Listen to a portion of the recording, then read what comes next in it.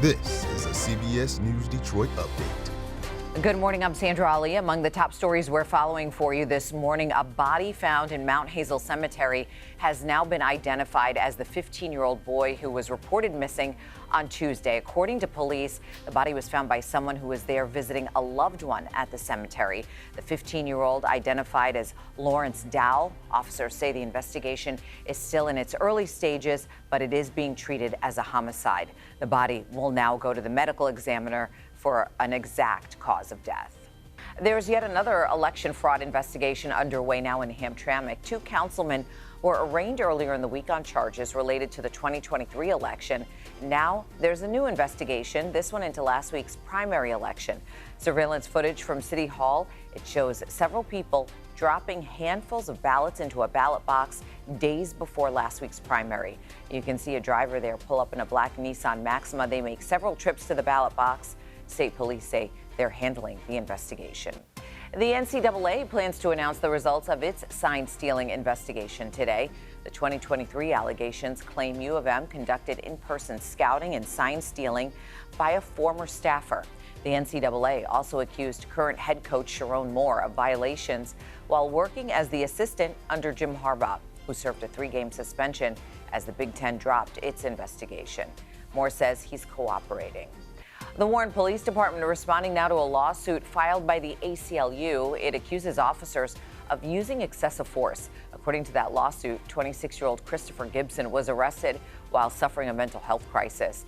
According to that lawsuit, police damaged his kidneys and heart and denied him psychiatric care during that police response. In their statement, the department is pushing back.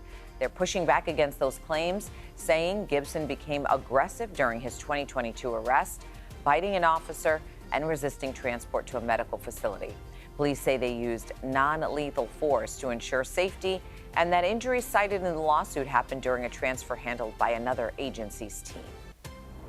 Now let's go ahead and get a check of your forecast on this Friday as we head into the weekend. How are things looking, Troy? A spectacular day today, Sandra. Tomorrow looking good as well. We then will start to track some rain chances late tomorrow on into Sunday. But if you're making weekend plans, even plans for today, it's going to be great. We're going to a high of 86 degrees. We will be dry with mostly sunny skies as high pressure continues to dominate the forecast. We'll take you into next weather futurecast. Watch the clock. We take you through 4 p.m. Just a mix of sun and clouds. A few of those high clouds here and there, but a lot of sun getting through. Then, as we take you into Saturday afternoon, the model trying to show a little bit of rain by 4 p.m. So the first half of Saturday looking good, and then rain chances start to build in as we see the approach of a new front. That will move through on Sunday as well. So we could have some lingering rain on Sunday to deal with a few thunderstorms that could be strong. We'll watch for that. Again, late Saturday on into Sunday. But temperatures look like this for today, going into the mid and upper 80s. A high today of 85 degrees in Ann Arbor, 88 in Lapeer,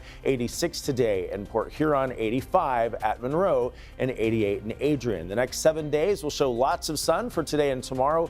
The humidity starting to creep back up for Saturday and for Sunday. A high of 90 on Saturday, 88 on Sunday, but feeling like the low to mid 90s, especially as we go into Saturday and Sunday, with rain chances at 40% Sunday. Rain chances much lower for Monday at 20%, but you see those high temperatures back to the low 80s for the start and the end of next week. Sandra, back to you.